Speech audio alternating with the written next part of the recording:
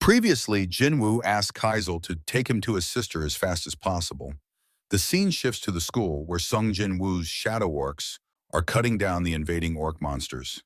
They methodically clear the classroom and secure the space, rescuing the remaining students as they go. The students stand frozen in disbelief. They cannot fathom that what look like monsters have just saved their lives. Sung Jin-ah moves forward and approaches one of the towering shadow orcs, searching desperately for any sign of her older brother. She begins to call for Sung Jin-woo, but the shadow orc raises a hand to stop her and points toward the doorway. Heavy footsteps begin to echo through the corridor. Cut to another location. An orc warlord sits upon a crude throne while a subordinate kneels and delivers urgent news. The subordinate reports that the final restrictions have been lifted and the path into the human world is now open. The throne-bound warlord proclaims himself the chieftain of the Red Blade tribe and exudes confidence that nothing will stand in his way. The subordinate adds that high orc warriors are assisting the humans at the school, an unexpected complication for the invasion. Irritated, the chieftain asks for the exact number of those opposing forces. The reply comes back: 3. Hearing this, the chieftain sneers in contempt and grows enraged at the thought that his foes could be held by so small a force, judging the situation pitiful. He rises, grips his weapon, and orders his followers forward. He intends to lead the assault personally and turn the way ahead into slaughter. Meanwhile, deep inside the dungeon, insect-type monsters swarmed around the strike team. Anxiety spread through the hunters as the creatures closed in. The hunters begged their leader not to stay. They feared that if the monsters marked them as enemies, the team would be wiped out. Their leader, Park Jong-soo, refused to abandon the mission. He argued they could not simply withdraw now. Pulling out would invite chaos outside and make a mess of what waited beyond the gate. At that moment, a massive shadow approached. Baru had arrived. Seeing Baru so close unnerved Park Jong-soo, but he forced himself to remain composed and ordered the team to move forward. In an instant, Baru blinked, vanishing from one spot and reappearing directly before Park Jong-soo. The sudden appearance startled the leader, knocking him to the ground. Without exchanging words, Baru tossed an object toward the fallen hunter and then turned and walked away. The other hunters rushed to Park Jong-soo's side, worried and ready to follow the strange shadow. They asked if he was all right and whether they should pursue the monsters. Park Jong-soo waved them off and told them to examine what Baru had left behind first. When they inspected the object, their faces drained of color. It was the severed head of the Death Knight. Staring at it, Park Jong-soo realized the implication. Whatever had toppled the Death Knight had killed a top-ranked foe in an instant. He muttered that the thing they had just seen was far stronger than they had imagined. He asked if anyone still wanted to retreat. When he looked up, however, he found he was the only one still hesitating. The other hunters had already scrambled to follow Baru and the summoned creatures deeper into the dungeon. Back at the school, Sung Jin-woo's high orc shadow soldiers moved to shield the students, confronting the attacking orcs. The orc chieftain proved far stronger than the soldiers expected, pressing the attack despite their effort to hold the line. The chieftain boasted that orc tattoos mark victory, each one a tally of fallen foes, and he taunted the high orcs as he advanced. One of the high orc shadows managed to block the chieftain's strike, a move that briefly impressed him. He acknowledged the block but dismissed their chances of winning. With brutal force, he sliced into the defenders, expecting to break them. Yet the shadow soldiers only fell and reformed, rising again as if nothing had happened. The chieftain froze in confusion. Each cut that should have ended a soldier instead saw them regenerate. He realized this was no ordinary opponent and wondered if some spell protected them. At the same time, a different danger began to trouble him internally. Voices whispered in his mind, urging violence against humans. The compulsion grew stronger and unnerved him. Putting pieces together, the chieftain inferred the soldiers were acting under someone's control. If magic animated the warriors, then destroying the controller would end the interference. He scanned the classroom for the source of power, and his eyes landed on Sung Jin-ah, hiding among the shadows. Convinced she was the key, he ordered his minions to seize her while the high orcs were briefly vulnerable during regeneration. The orc attackers pressed forward and, bit by bit, overwhelmed the three shadow soldiers guarding the students. Panic spread through the room. The chieftain grabbed Sung Jin-ah by the mouth and lifted her into the air, certain he had found the one responsible for the magic. He declared that he could sense the power and that his suspicion was confirmed. Jinwoo trembled with fear as he prepared to finish her. Then something outside the window cut through his focus. A massive shadow descended from above, its presence so overwhelming that the chieftain staggered back in shock. He barked at his followers to brace themselves. Something terrifying had arrived.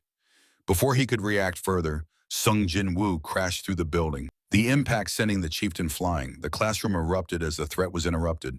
Sung Jinwoo moved to Jinwoo's side, gently calming her and reassuring her she was safe. The chieftain struggled to his feet, now staring in fear at Jinwoo and the looming figure of Kaisel at his side. The chieftain tried to proclaim himself, Garrick Daruko, leader of the Red Blade tribe, but Jinwoo cut him off without a word, silencing the boast. Jinwoo swept the room with quick checks. He hugged Jinwoo tightly and whispered an apology for arriving late, then asked Han Song-yi if she was all right. She shook her head weakly. Noticing a red mark marring Jinwoo's face, Jinwoo's calm hardened into anger. Without hesitation, he summoned Igris and other shadows to guard the children. He assigned Igris to protect Sung Jinwoo, then ordered his shadow soldiers to escort the students downstairs to safety. An orc tried to flee in the confusion, but Jinwoo snapped at him to stay put. Once the students were evacuated, the orc leader stepped forward to confront Jinwoo. The leader realized that the immortal high orcs were not creatures of their kind, but soldiers under someone's command, and demanded to know who Jinwoo was and how he spoke their language. Jinwoo gave no answer. The orcs signaled his troops to attack. The orcs charged. The first raised an axe, but Jinwoo caught the weapon hand mid-swing, crushing the fingers and slamming the attacker to the ground. He finished the strike with a stomp that ended the orc instantly. Two more orcs lunged, only to be stopped mid-air by Jinwoo's dominator's touch. He crushed them with a single, merciless motion. Enraged, the remaining orcs swarmed him, but Jinwoo cut through them without mercy until only one combatant remained, pinned to the wall by Dominator's touch and trembling. Jinwoo seized the last orc by the mouth and demanded to know why they wanted to slaughter humans. The creature, terrified, confessed that voices spoke inside their heads, ordering them to kill. Jinwoo narrowed his eyes and asked if the voices continued when the orc stood near him. The beast stammered and begged for mercy, but could not answer clearly. Jinwoo tightened his grip and demanded a response. When none came, he called forth his dagger. He observed that, in the orc's eyes, he was not even human. Yet Jinwoo said he would grant forgiveness. His forgiveness came with a warning: it would not be painless.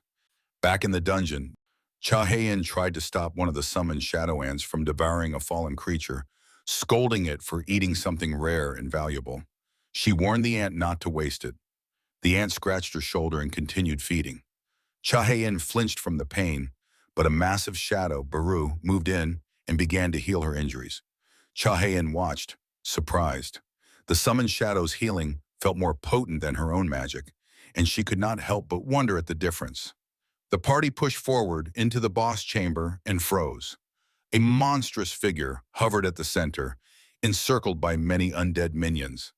The hunters identified the foe instantly. It was an arch-lich flanked by 10 death knights, a combination no ordinary A-rank team should face. Park Jong-soo remembered a past disaster in China. The Gold Dragon Guild had once been wiped out by an arch-lich, a catastrophe that had led to a dungeon break. He felt the weight of that memory and knew how dire their odds were. As he considered their options, a lookout warned that more undead were closing in from the rear.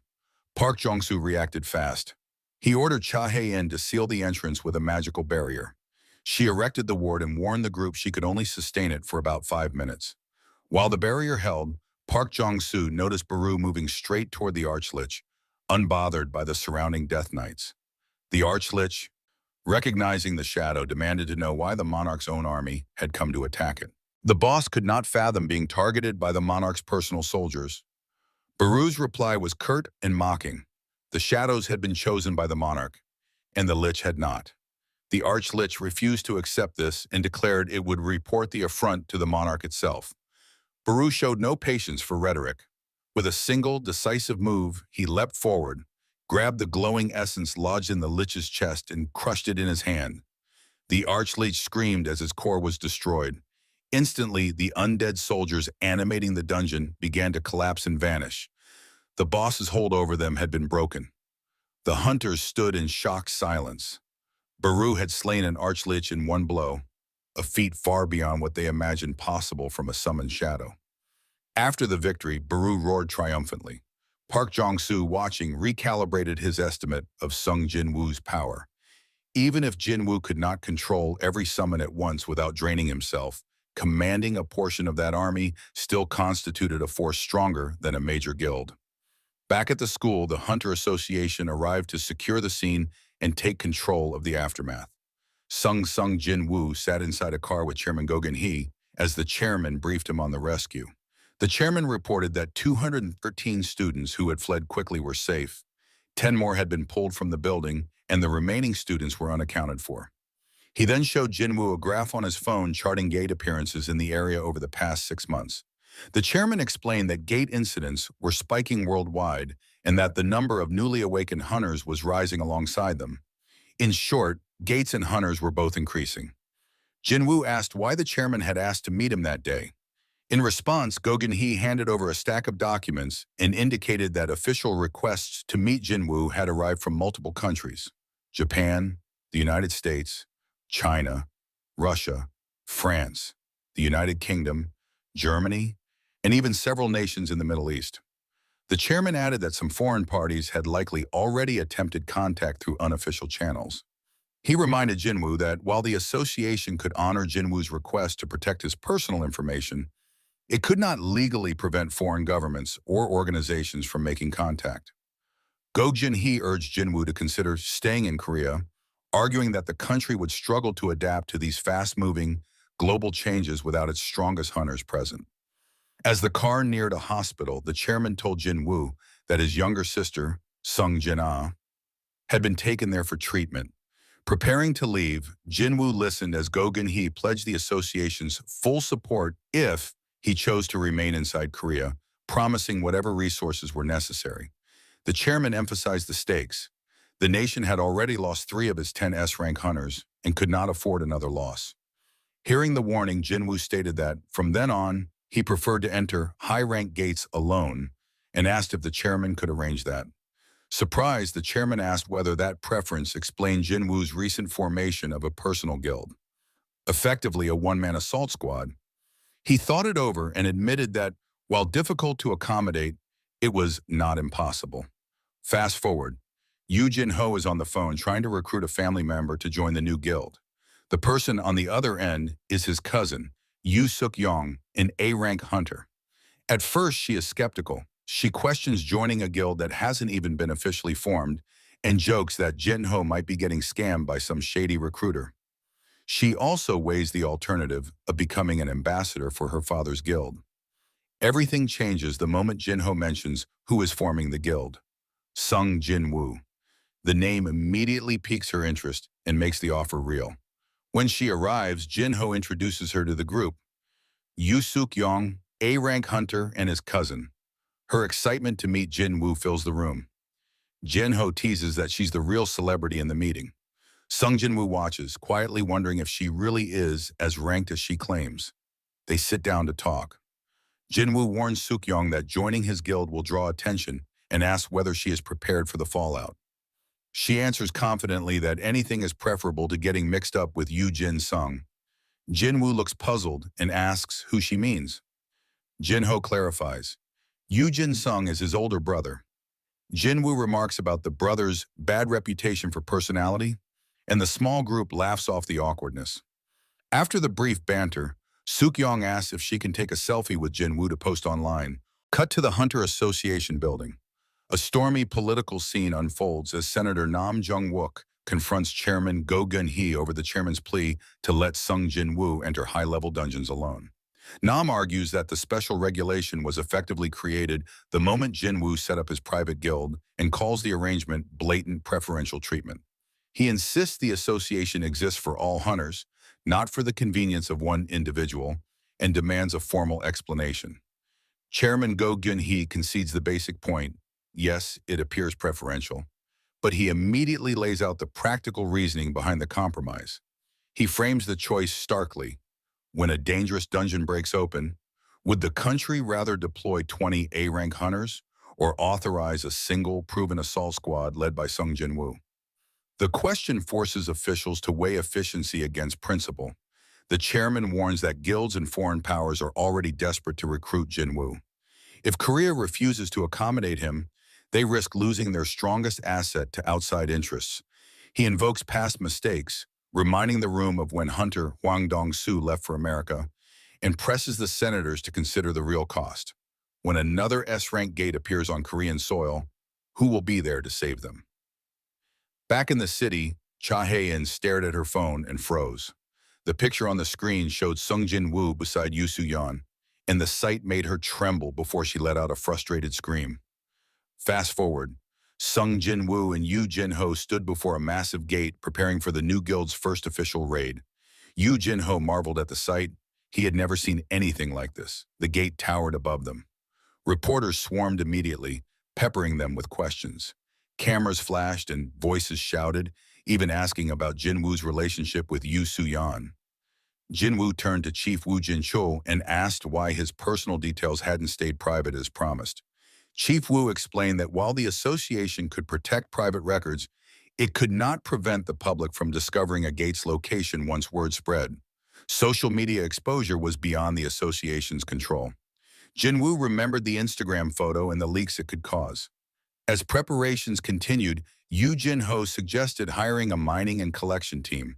He didn't think he could manage the operation alone. Jinwoo reassured him that he needn't worry. His shadows would handle collection and cleanup. Chief Woo checked the mana signatures of Jinwoo's shadow soldiers and watched in astonishment. Every shadow registered at B rank or higher. He observed that a squad like this more than qualified for a raid permit into an A-rank gate. The sight of Jinwoo's organized high-rank shadows undercut the complaints about preferential treatment. Practical capability was making the argument moot. Chief Woo added that he had orders from the chairman to observe the raid in person and confirm whether the decision to allow a solo assault squad was safe. He asked if he could accompany them that day as the inspection team's representative. Jinwoo smirked and asked whether the chief would be all right inside with them. Chief Woo looked puzzled by the retort. A few minutes into the raid, Chief Woo Jin-chul stood sweating as he watched Jinwoo's shadow soldiers tear through A-rank threats with terrifying ease. The foremost monsters were Nagas, elite A-rank serpentine foes, creatures that normally give even top hunters trouble. Yet Jinwoo's army overwhelmed them, their rapid regeneration making the assault look unstoppable. Woo's eyes locked onto the blood-red commander at the front, Igris. The knight moved like a war machine, cutting down enemies with brutal efficiency. He thought to himself that Igris was unusually powerful. He also noticed flashes of lightning magic among the shadows, a skill usually reserved for the highest-tier mages, and wondered whether some of these summons were even stronger than a normal A-rank. If he faced one of them one-on-one, would he stand a chance? As the battle raged, Woo spotted a small, ant-like shadow gnawing on a corpse. Jinwoo stepped in, kicked the creature toward the ceiling, and scolded it for eating valuable remains. He then turned to the lower-ranked shadows and ordered them back to work, mining mana crystals and collecting corpses. Watching Jinwoo manage the fight while overseeing extraction, Woo realized this was more than a one-man assault squad. Jinwoo was simultaneously clearing the dungeon, retrieving valuable remains, and gathering mana. One operator doing the job of a full team. When the minions fell silent, the true boss finally appeared. Jinwoo called out orders. Those still mining could stay. The rest should return. Chief Woo asked why he'd sent so many shadows away. Didn't they have enough strength to finish the boss by themselves? Jinwoo summoned his daggers and replied that relying too much on his shadows would dull his own edge. He needed to keep his combat instincts sharp. Then, moving with impossible speed, he ran up the boss's scaled body and, before it could react, split its face in two with a single swing. Woo stood speechless. He had never seen anything like that in all his years as a hunter. The boss fell, and Jinwoo's status updated. He gained a level and several skills improved, including Shadow Exchange. The cooldown on Shadow Exchange decreased by 1 hour. Jinwoo realized the pattern. Each level up shaved an hour off the skill's cooldown. If he kept leveling the ability, he could travel with far fewer limitations. exactly what he needed to protect his mother and sister. Chief Wu stared at the corpse and thought about the scales. Nagas had hide tough enough for shields or armor, yet Jinwoo had sliced through them with only 2 daggers. He watched, still trying to process the sheer lethality on display. Jinwoo performed shadow extraction on the fallen boss. A new shadow began to form from the corpse, and a notification confirmed that the shadow's power had been enhanced, and that it would start at level 13th. Observing the newly born soldier, Jinwoo assessed that its rank matched that of Tusk. It was as strong as the original creature had been in life, even though the summoned form was smaller. Despite the reduced size, it radiated an enormous mana signature. Jinwoo judged the new summon to be roughly Tusk's equal and accepted the prompt to name it. He christened the soldier Jima. The cave trembled afterward. Yu Jin-ho warned Jinwoo that they needed to leave, and Jinwoo paused a moment longer, wondering what to do about the fallen boss's remains. After a short wait, Tusk reappeared through the gate carrying the boss's corpse over his shoulder. Reporters outside immediately recognized Tusk as one of Jinwoo's summons and swarmed to take pictures. As the entire squad exited the dungeon, Chief Wu looked shell-shocked, overwhelmed by everything he'd seen inside. Later, he sat across from Chairman Go Gun-hee and gave a full report on the raid. The chairman listened intently and admitted he understood why even a veteran like Wu would be shaken. Wu summed up bluntly, what he'd witnessed wasn't merely a raid, it had been a massacre. After Wu left, the chairman sat and thought, realizing the implication. Hunters in Korea, and across the world, were about to see the balance shift. A new dominant force had arrived on the field. The story shifts to Japan, where an unnatural sight hangs above the city. A gigantic red gate looms in the sky. Citizens stop and stare in confusion, powerless to understand what they are witnessing. Conversations spread quickly. People remark on the sudden appearance of the red gate and the alarming spike in high-level gates across the country. Officials call an emergency meeting and summon every major guild to decide how to respond. The urgency is plain. Japan recently lost 7 S-rank hunters during the Jeju Island raid, including Goto Ryuji, and the nation no longer has the manpower to handle another S-rank disaster on its own. Remaining S-rank members of the Draw Sword Guild walk into the conference room, heads down but determined. Observers whisper that President Matsumoto Shigeo of the Japanese Hunters Association is being pushed to his limit after Goto's death. Some commentators mutter that it is almost satisfying to see the association struggle. After all, they once held a near monopoly on S-rank talent. The talk turns to whether the Draw Sword Guild will lose its top position in Japan. Sugimoto overhears the barbed comments, stops, and fixes the men with a cold glare. They fall silent and back away. Outside the conference, Minoru tells Sugimoto that those critics weren't so bold before Goto's loss, and Kane adds a rumor. The Black Tiger Guild and Snowcloud Guild might merge, bringing their combined S-rank count up to 4, the same number the Draw Sword Guild still has. Sugimoto waves the concern off. He argues that simply counting S-ranks doesn't tell the whole story. Those other guilds lack the depth and real strength necessary to stand up to a true S-rank crisis. The scene cuts to a government meeting room where tempers flare. An angry official demands to know why the Hunters Association hasn't mounted a response to the S-rank gate in central Tokyo and warns of the catastrophic consequences of a dungeon break. Chairman Matsumoto Shigeo answers soberly. The remaining S-rank hunters in Japan are not capable of clearing an S-rank gate without support from national-level hunters. Another official points out the obvious and painful lesson from the Jeju raid. Attempting an S-rank clear without national support can end in disaster. Japan already lost its best men, including one who was rumored to be nearing national level. Someone suggests contacting Thomas Andre, the American national-level hunter, but the room quickly realizes Japan lacks the funding to hire such mercenaries. Every nation is now scrambling. With gates popping up worldwide, mercenary national-level hunters are in demand and expensive. The discussion grows tenser as options dwindle and diplomatic channels strain. Japan has few external recourses left. At that moment, Sugimoto speaks up with a different solution. He mentions a specialist known as the barrier expert, Yuri Orlov, someone who might be willing to help, but only for the right price. The scene opens with Sung Jinwoo sitting alone in his car, reflecting on his progress. He notes that he's reached level 101. At level 100, he received the key to the Kartanon Temple, and at 101, all his job-specific skills leveled up. He can't help but wonder what level 102 will bring as he steps out of the car. In the parking lot, he spots Cha Hai-in. She freezes when she sees him and immediately turns to walk away. In a blink, Jinwoo is beside her. He questions, silently and with a half-tease, why she ran. If she planned to flee, why come to his office at all? Flustered, Cha Hai-in stammers and points toward a parked car, explaining it's still there. Last time she couldn't take it because they used shadow exchange to teleport to the gym. Cha asks whether Jinwoo has time to talk. He invites her to continue somewhere private. Inside his office, Cha glances around at the emptiness. Jinwoo explains that Vice Guildmaster Yu Jin-ho stayed behind at the dungeon site, which leaves the two of them alone, a fact that makes Cha flush with embarrassment. Cha avoids confessing her feelings. Instead, she relays a message from Min Byung-yu. She had seen a vision while unconscious on Jeju Island. Drifting in darkness, a hand reached down and pulled her up. In that vision, Min Byung-yu warned that his power was overwhelming and terrifying. Something Jinwoo needed to understand. He had attempted to mention Jinwoo's true army before vanishing, but the message ended there. Later, Jinwoo sits in a dungeon room, turning Cha's message over in his head. He tells himself that tracking the origin of his summons is a priority.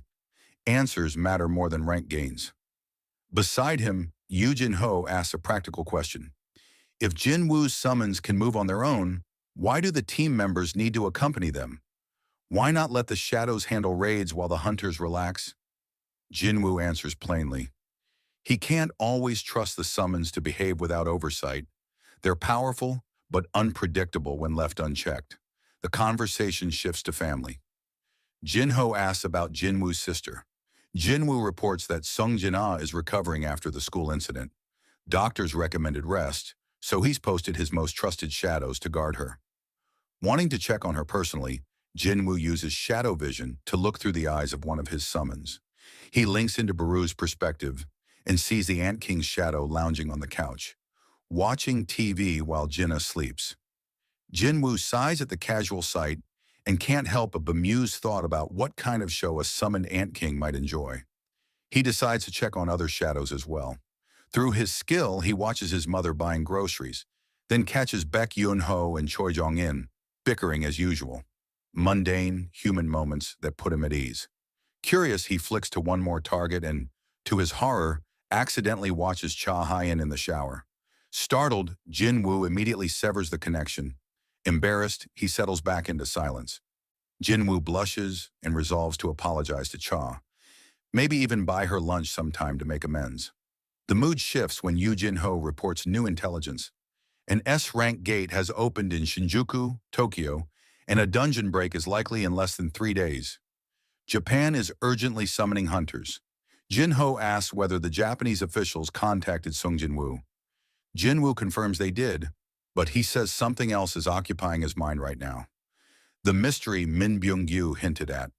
As they speak, the dungeon trembles. The ground rumbles beneath them. The two prepare to move out. The scene moves to Tokyo, where Russian national-level hunter Yuri Orlov introduces himself to Sugimoto, a Japanese official, and presents himself as the world's premier support-type hunter. Orlov mocks the Draw Sword Guild's evacuation choice and scoffs at Japan's manpower shortfall. He says he read their report and agrees that evacuating civilians was wise, but ridicules the idea that Japan could spare only 6 S-rank hunters for the Shinjuku operation. Sugimoto explains the reason.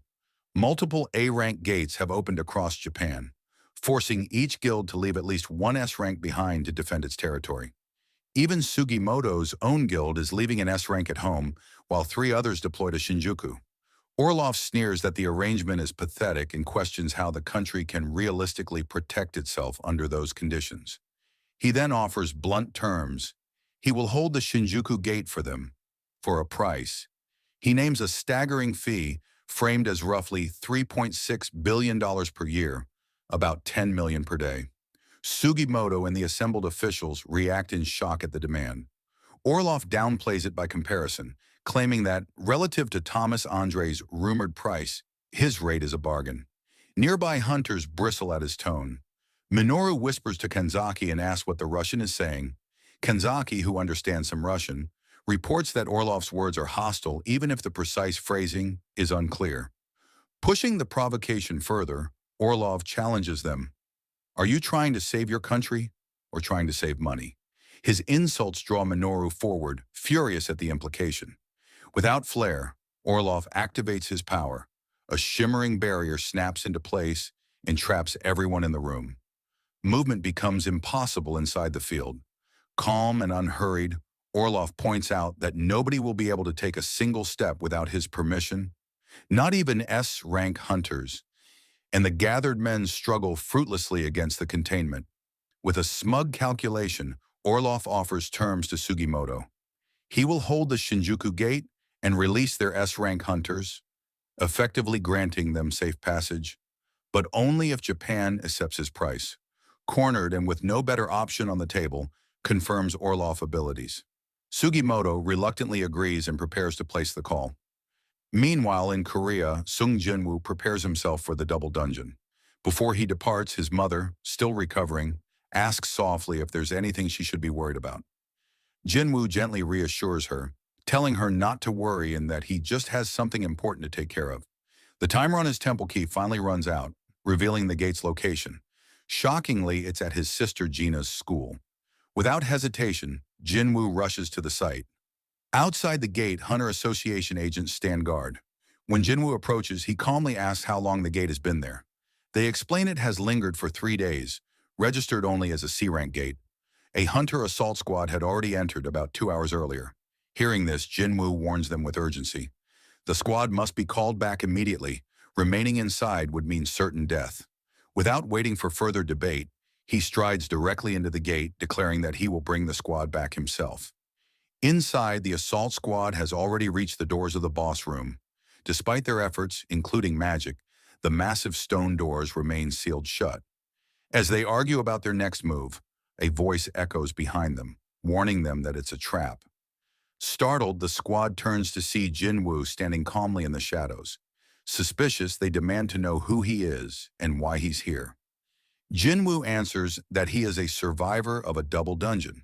At first, they doubt him until one of them suddenly recognizes him, the new S-rank hunter of Korea. Realizing his words might hold weight, Jinwoo explains that this dungeon is far too dangerous and urges them all to leave. He steps forward, examining the sealed stone doors, when the system's familiar text appears before him. The gate to the Kartanen Temple is locked. Please insert the key. Pulling out the temple key, Jinwoo notices how different this feels compared to his first time here. As he unlocks the doors, the other hunters watch in shock. None of their attempts had worked, yet Jinwoo effortlessly opens the way. One of the squad members protests, reminding him that this dungeon had been purchased by the Dragon Guild. It was technically their property. They refuse to simply let him take command. Jinwoo doesn't argue. Instead, he gives them the choice. If they truly wish to enter, they may. One reckless hunter takes the challenge and steps through the open doorway. Instantly, the system responds. Unauthorized entry detected. A stone statue awakens and swings its massive sword down at the intruder. Jinwoo reacts in an instant, pulling the hunter out of harm's way before the strike lands. The hunter collapses in shock, realizing how close he came to death. Jinwoo's voice cuts firmly through the silence. Every monster in this place is like that. Are they still willing to risk it? The squad falls silent. Jinwoo orders them instead to contact the Hunter Association and report that a double dungeon has appeared. Without waiting for their response, he walks into the boss chamber alone. The heavy doors slam shut behind him, sealing him inside. As he steps forward, the chamber slowly illuminates. Dozens of massive stone statues stand frozen, their shadows stretching across the walls. Among them, a winged statue cradles a stone slab filled with inscriptions. At the very center, an imposing figure sits motionless upon a throne, its presence suffocating. Jinwoo studies the room, speaking softly to himself. This was where everything began, the place where his journey as a player started. Yet now it feels different. He can sense it deep in his bones. Looking at the motionless guardians, he realizes they are neither monsters nor living creatures. They are puppets, moved by something far more sinister. Focusing his senses, he feels a source of magic pulsing in the chamber. He addresses the unseen force, demanding an answer. But silence follows. No response comes from the figure on the throne. Then suddenly, the winged statue begins to move. Its voice echoes like stone grinding against stone. After all this time, it declares, Jinwoo has finally arrived. The episode ends here. Thank you so much for watching. I really appreciate it. And if you're not subscribed, please subscribe and see you next time.